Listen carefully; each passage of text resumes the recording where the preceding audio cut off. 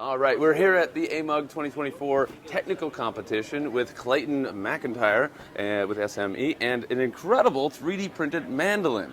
Could you tell me a little bit about how it was created and why you chose to create it this way? Oh, absolutely. So I designed and 3D printed this mandolin in carbon-filled nylon powder on an S Pro 60 using SolidWorks and Materialize Magic to set everything up. I use default settings, but really the interesting part is why, what the intent behind making this mandolin.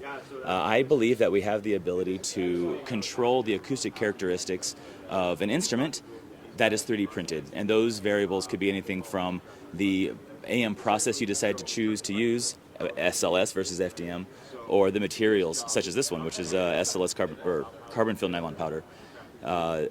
Print parameters, the amount of energy we're putting into there, as well as the geometry.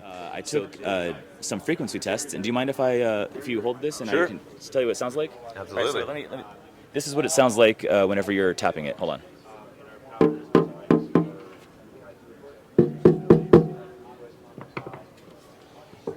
Thank you. All right, so those sounded different, but can we quantify what that sounds like? And the answer is yes. So with a frequency analyzer, I took those measurements and those notes of those frequencies that came out of there were E, A sharp, and C sharp. And despite my imperfections, I still got consistent data. So why? What settings on this S Pro 60 affects those frequencies?